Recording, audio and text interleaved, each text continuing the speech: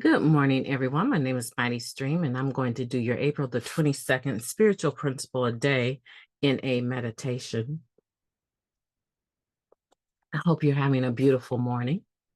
Let's go ahead and get into that particular screen. If I seem like I'm pausing in between comments, I'm trying to sip a little coffee. Yeah, just trying to sip a little coffee here. Okay. The title of the meditation, The Creative Action of Sharing Ourselves. This should be interesting. I know I've read it before, but I don't remember it. Okay. Sharing with others keeps us from feeling isolated and alone. This process is a creative action of the spirit. Basic text, chapter 7, recovery and relapse. Many of us, even with clean time, find ourselves with a problem or a situation we have no idea how to deal with. For example, grateful as we are that we've been released from prison, we are petrified by the prospect of rebuilding our lives outside of the structure we'd become used to, or having fallen out of love with our spouse who shares the same home group. No less, we want to move on. But how? Or our supervisor at work is in active addiction. We pick up her slack because we don't want her to get fired, but the stress is killing us. Shame, indecision, and fear prevent us from talking about our problem with anyone, or our ego takes over. I can figure this out on my own.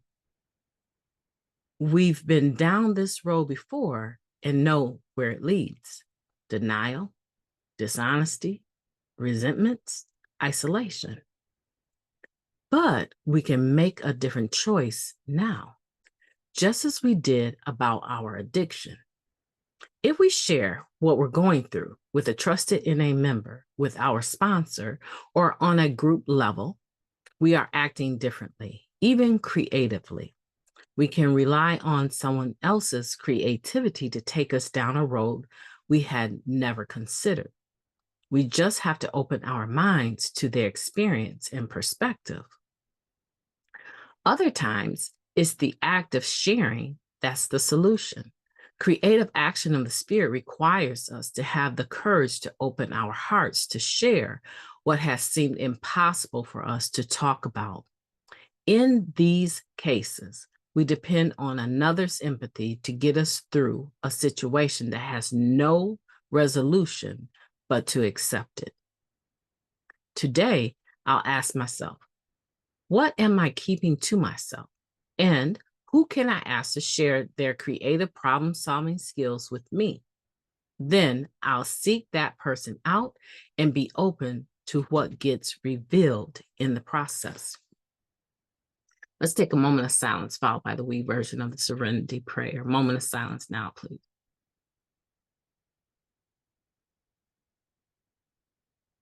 Thank you. God, grant us the serenity to accept the things that we cannot change, the courage to change the things that we can, and the wisdom to know the difference. Just for today, please and thank you. The creative action of sharing ourselves. So this, to me, is more than just a spiritual principle of being creative. To me, this involves the spiritual principle of honesty, open-mindedness, and willingness. Now, most of us can relate to being in a predicament that is going to require change, is going to require adjustment on our behalf as far as how we're dealing with a situation. Maybe we're coping with a situation and we are not pleased at all that we're even in the predicament, meaning that the problem really isn't ours. However, because of our relationships, maybe it's a blood relationship, it could be any reason, but we find ourselves involved with a situation that we typically would not have signed up for.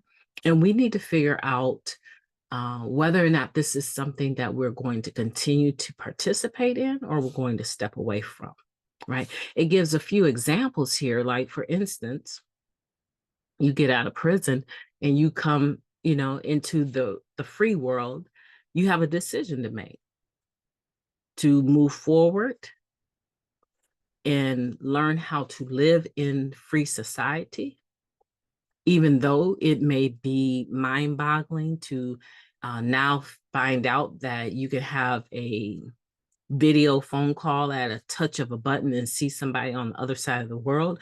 Maybe it is shocking to you that you could get on a computer and click a button and suddenly find yourself in a like an NA meeting that has people from all over the world that you would never see in person for real, but you can see their homes, you can see their faces, hear them share. It may be shocking, right? It may be shocking to a person releasing from prison the new freedoms. And now all of a sudden, the family that was not contacting you or allowing you to contact them and take your collect calls, they're available to you any hour of the day.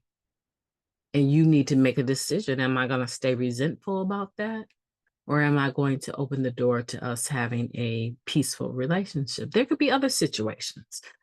Someone close to you at work is using and you're covering for them. You're doing all the things that they need to do while they're nodding in the back or whatever they're doing. But you're trying to make sure that they don't lose their job. So if they do find recovery, they still have something to hold on to. Right? A lot of that is codependency, but still it's a situation you find yourself in that it's not your problem, but you've been dragged into it. I've been there. I know we can all relate. I'm assuming we can all relate. And this ideal of having a spiritual principle of creativity in the sense of being able to expose myself to someone else and say, hey, this is what I'm dealing with. What do you think? Can you tell me how you see it? Do you think I should do this? I'm not really sure how this piece would work out. Just having an honest conversation with someone and letting them know I'm not really certain about what to do here and I would like some input is creative in and of itself. But in order to take that step, requires honesty, open-mindedness, and willingness, the how of the program. And once you do, a lot of the time you will be amazed. I am of the things that are revealed. I didn't realize I was operating with that mindset of caretaking. I didn't realize I was operating out of codependency. I didn't realize, I'm actually prolonging them getting better because I'm permitting them to stay sick and I'm assuming the weight, right? The responsibility, I'm assuming it while they continue to stay stuck. Oh, thank you. This is a powerful meditation and it's one that I personally can apply. Even today, I can apply this. I can relate to it and I can apply it. And I love the fact that this comes from the chapter Recovery and Relapse. There's so much going on in our world today. People that we are in the rooms with, recovering with daily, are taking their will back and picking up that first one. But here's the thing. When we say one is too many and 1,000 is never enough, with this fentanyl out here, right? A lot of people are thinking that they can get high one more time and that's it. That's it. Overdosed immediately. And because they're sneaking around trying to do it secretively, right? Where no one's going to see that they're doing it, they're dying because there's no one there to administer help to them. So this is very serious time for us to make a different decision when we find ourselves in a pickle, making a different decision and to use the principles of the program and just not pick up, but pick up the phone. Most of us have phones. Pick up the phone and dial someone. You know, most of the people in recovery in my phone, I have their first name and I have the letters NA behind it. So if I just type in NA on my search, I'm going to get hundreds of people and I can dial any one of those people. And they may not pick up, but I'll just go to the next number, right? My name is Mighty Stream. I've enjoyed talking to you, talking about problem solving by being able to share ourselves and the creative action that comes from that. Could be life-saving, actually. I hope that you have a beautiful day on purpose. I intend to.